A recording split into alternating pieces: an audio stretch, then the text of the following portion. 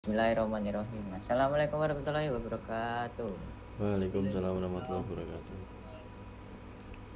Perkenalkan, nama saya Yuli Dwi Kurniawan dengan NIM 22114675 dengan rekan saya yaitu Nanda Pratama dengan NIM 22114623 akan mewawancarai seorang startup di bidang teknologi yang bernama Bapak Ar-Rasyid dan kemungkinan akan ada kurang lebih 10 pertanyaan.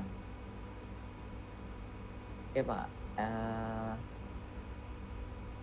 Pertanyaan pertama yaitu apa nama startup Anda? Selamat malam teman-teman. Jadi saya dari startup Software OS Jogja.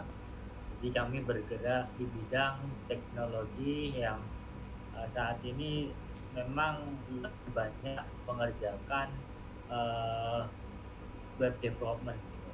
Dan juga sebenarnya kami juga sudah bergerak juga di bidang mobile application, namun untuk saat ini paling jauh kami cuma baru sampai Android development seperti itu. Ah, untuk bisnis Bapak berarti berfokus untuk di bidang teknologi ya? Betul. Sudah berapa lama berdiri Bapak? Untuk software host ini baru berdiri, dia masih baru, kita masih berdiri sekitar 3 sampai 4 tahun. Dan bagaimana Bapak menerapkan prinsip etika kepemimpinan dalam memimpin tim di perusahaannya? Etika ya, maksudnya terkait uh, etika saya terhadap pegawai, teman-teman pegawai, atau seperti gimana ya maksudnya? Ya, seperti kepemimpinannya Pak di perusahaannya. Ke pegawai mungkin atau yang lain. Oke, baik. Kalau terkait itu, jadi di perusahaan kami itu menerapkan sistem reward system gitu mas. Jadi ketika memang adanya bisa setiap akhir project itu kita selalu ada namanya penilaian. Jadi misalnya katakan satu pegawai itu kontraknya sudah habis, nah itu biasanya akan ada penilaian. Nah, penilaian itu nanti dilakukan oleh pegawai yang lain dan juga oleh HR juga. Nah, setelah itu um, nanti direview tuh. Nah, itu namanya kalau di kita performance review. Nah, kalau setelah misalnya dikatakan reviewnya bagus dan sebagainya, nah itu nanti bakal ada uh, tunjangan sendiri dan tawaran lainnya gitu. Oh, gitu ya, Pak. Oke, selanjutnya yaitu pertanyaan kedua. Bagaimana cara Anda menangani konflik yang muncul dalam tim atau dengan mitra bisnis? Ya, ya, ya. Jadi uh, belakangan ini memang sering terjadi ya cekcok antara klien sih apalagi. Nah, biasanya hal itu terjadi karena di perjanjiannya itu nggak terlalu jelas gitu kan. Kalau misalnya ini kita ngomongin soal klien, jadi misalnya perjanjian yang ada di situ tuh di atas kertas itu harus benar-benar jelas sehingga nanti nggak menimbulkan kerugian di antara kita. Jadi di perusahaan juga nanti nggak ada kerugian sama di kliennya gitu. Oke, Pak. Dan apa strategi utama yang Bapak gunakan dalam manajemen konflik? Konflik ya, strategi utama kalau untuk saat ini biasanya kita lebih meminimalisir konflik itu sih mas, jadinya memang menghindari gitu. Terus Oke. saya mau bertanya Pak, bagaimana proses pengambilan keputusan yang Bapak lakukan dalam menghadapi situasi kritis di dalam perusahaan, dalam kelangsungan bisnis? Contohnya Mas, mungkin bisa dikasih contoh situasi kritisnya seperti apa? Mungkin tim inti apa itu brainstorming atau gimana? Oh, oke oke oke.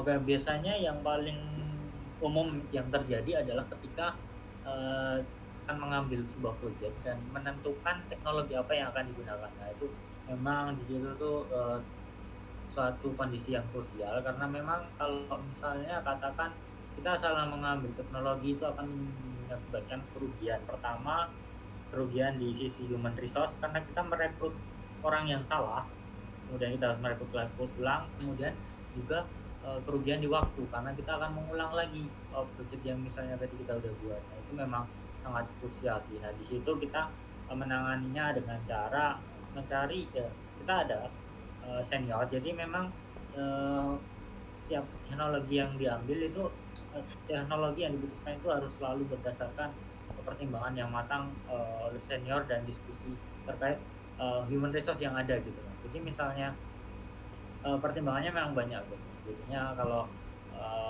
apa namanya, human resource-nya nggak memadai atau misalnya, timeline-nya kurang kurang untuk menggunakan teknologi ini, nah itu banyak sekali pertimbangan. Oh gitu. Lalu saya bertanya lagi Pak, bagaimana Bapak itu memastikan koordinasi kepada tim agar lebih efektif di dalam organisasi untuk mencapai tujuan bisnis yang ditetapkan? Oke oke. Kalau misalnya di perusahaan itu biasanya, komunikasi itu, bottom up namanya. Jadi dari bawah ke atas gitu kan ya. Walaupun memang kalau misalnya untuk startup seperti kita itu memang, untuk, eee, yang ada di atas itu selalu masih bisa turun gitu karena memang ya skalanya masih kecil gitu. Nah, maksudnya bottom up tuh seperti apa, jadi, dari developer itu nanti nggak langsung ke misalnya, apa namanya, ke product manager gitu enggak. Jadi kita tuh selalu ada project manager dulu yang mencakup semuanya dan nah yang mengatur itu nanti, mengatur, eee, misalnya koordinasi terkait, tim yang ada itu nanti product manager Mas, gitu. Gitu. Oh ya, selanjutnya saya ingin bertanya, Pak. Apa bentuk laporan pertanggungjawaban yang Bapak gunakan untuk memantau dan melaporkan kinerja organisasi secara berskala? Itu terkait ini ya, pekerjaan yang dilakukan, pegawai gitu atau gimana? Oh, Iya, iya. kalau itu kita menggunakan platform Mas, namanya tuh Jira biasanya gitu. Nah, itu memang umum digunakan di startup untuk, manajemen project gitu kan. Nah, di situ semuanya bisa terekod dan kita bisa menentukan sprint berapa dan juga nanti, dan nama ke si project manager pun dapat memantau dengan cepat dan mudah gitu, Mas. Oke, selanjutnya saya ingin bertanya lagi, apa bentuk reward yang Bapak berikan kepada karyawan dan bagaimana reward tersebut membantu meningkatkan motivasi serta produktif mereka? Oke, ya seperti yang saya jelaskan tadi Mas ya, terkait misalnya ada performance review kan gitu kan. Ya. Nah, nanti di situ bakalan ada apa namanya, tawaran lain terkait performa yang apa, performa yang kita tahu dari si para pegawainya itu.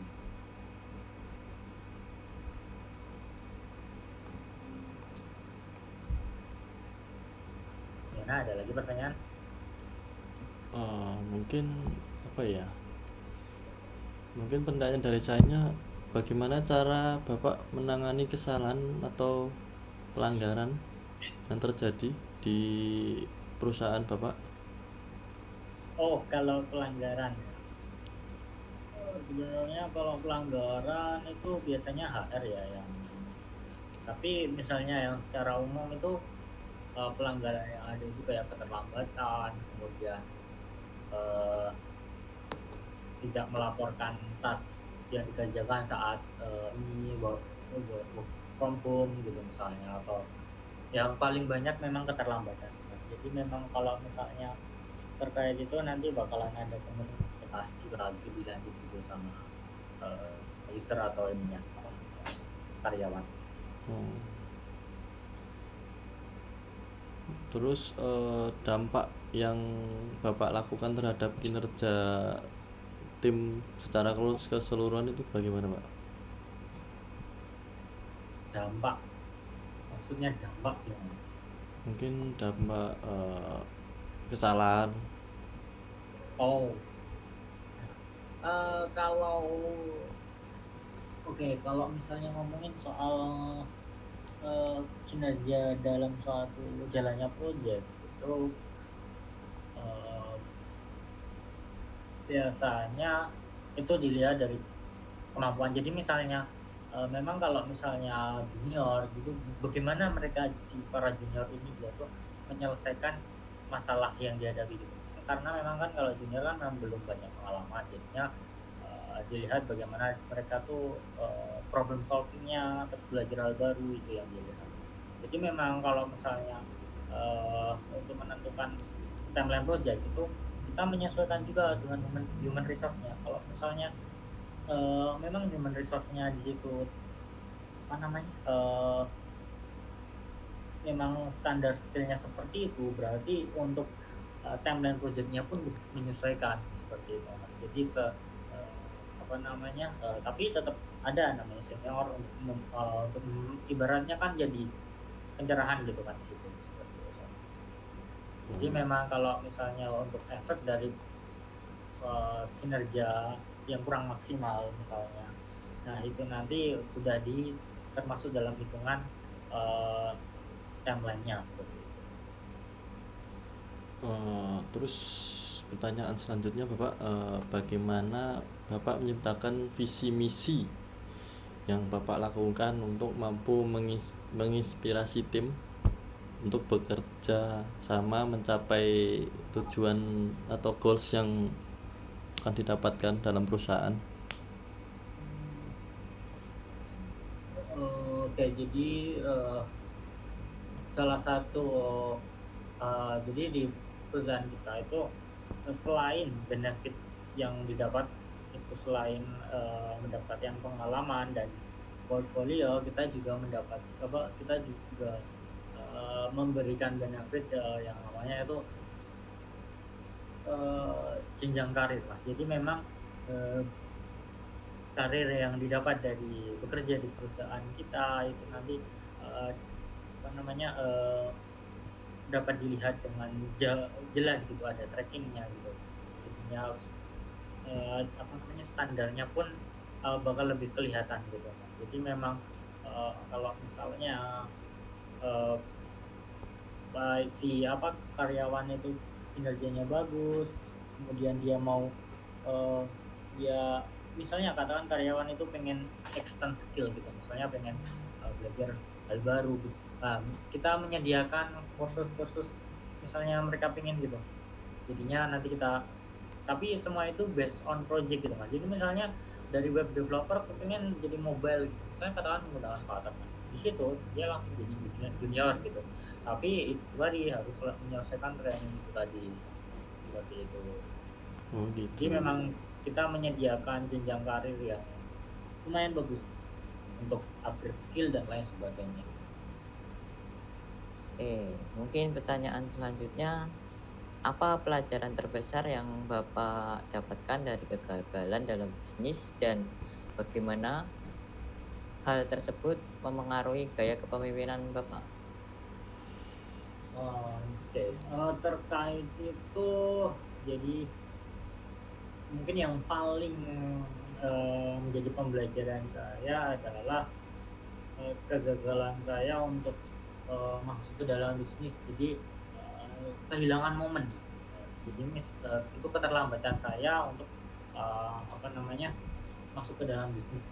Jadi sikap sikap yang saya pelajari dari hal itu, saya harus lebih pintar melihat peluang, kemudian juga lebih adaptif gitu, lebih fleksibel gitu terhadap eh, perubahan atau tren yang ada gitu. Oh, oke, Pak. Baik, baik. Oke, mungkin ini pertanyaan terakhir ya dari kami. Apa saran Bapak untuk mahasiswa yang ingin memulai bisnis, khususnya dalam mengembangkan eh, startup dan membangun kepemimpinan yang berkelanjutan? Untuk mahasiswa, kalau apa ya, mungkin kalau untuk saat ini, Masnya semester berapa ya? Semester 6, semester 5 Pak, maaf. Semester 5. Ya. Oh, berarti sebentar lagi kan lulus. Nah, itu sebenarnya bisa fokus terhadap nilai integritasnya terlebih dahulu. Jadi sebenarnya nggak cuma untuk produk. Jadi yang saya maksud pertama adalah untuk produk itu nilai integritas dari suatu produk itu. Jadi misalnya produk ini value-nya apa, untuk masyarakat itu apa. Nah, sebisa mungkin nge-branding suatu produk itu nanti sehingga apa namanya, mewujudkan nilai yang unik gitu, itu sangat bagus. Kemudian selain itu nilai integritas juga ada di setiap hal gitu Mas. Jadi eee maksudnya jangan jangan ini Mas, jangan menyia-nyiakan kesempatan gitu Mas. Maksudnya memang kalau ada kesempatan diambil. Nah, takutnya kalau misalnya kita melewatkan kesempatan seperti itu, takutnya jadi bumerang Mas di kemudian hari. Misalnya, oh kemarin ada udah ada pelajaran kayak gini, atau misalnya ada event kayak gini tapi malah nggak ikut, jadinya nggak bisa seperti itu. Kemudian yang paling penting mungkin jangan takut gagal lah sih. Yang penting mencoba, terus dari mencoba itu kita dapat pengalaman, terus belajar seperti itu. Oh, begitu ya Pak. Mungkin ya segitu aja ya Pak dari kami. Terima kasih sudah mau meluangkan waktu buat kami untuk diwawancarakan. Oke, mungkin cukup sekian dari kami. Wassalamualaikum warahmatullahi wabarakatuh. Waalaikumsalam Waalaikumsalam. warahmatullahi wabarakatuh. Makasih Bapak. Oke, sama-sama. Terima kasih, Pak. Sama-sama.